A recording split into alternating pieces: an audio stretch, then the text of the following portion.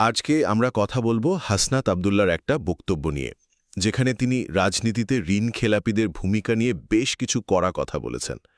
ব্যাপারটা হলো, যমুনা টিভিতে একটা ইন্টারভিউ দিচ্ছিলেন তিনি, আর সেখানে তিনি ঋণ খেলাপিদের, মানে যাদেরকে তিনি বলছেন ব্যাংক ডাকাত, তাদের বিরুদ্ধে একেবারে শক্ত একটা অবস্থান নিয়েছেন। তো তার প্রথম পয়েন্টটা কি? পয়েন্টটা হলো, এই ঋণ খেলাপিরার আসলে কোনো দল নেই। তিনি বলছেন আওয়ামী লীগ হোক বা বিএনপি, সব দলেই এই লুটেরাগুলো আছে, আর তাদের আসল পরিচয় একটাই, ওরা ব্যাংক ডাকাত। ওদের কাজই হলো জনগণের টাকা মেরে বিদেশে পাচার করা, আর নির্বাচনকে ওরা দেখে স্রেফ একটা টাকা বানানোর মেশিন হিসেবে। এরপর দ্বিতীয় যে বিষয়টা, সেটা হলো, চোরকে তো আর চোর ধরার দায়িত্ব দেয়া যায় না, তাই না? তিনি একটা দারুণ উদাহরণ দিয়েছেন যে শিয়ালকে যদি মুরগি পাহারা দিতে দেন তাহলে কি হবে। এদেরকে সংসদে পাঠালো, ঠিক একই ঘটনাই ঘটবে।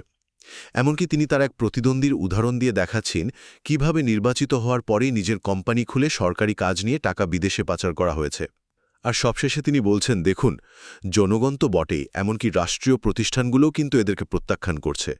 মানে নির্বাচন কমিশন, হাইকোর্ট, সবাই এদের বিরুদ্ধে।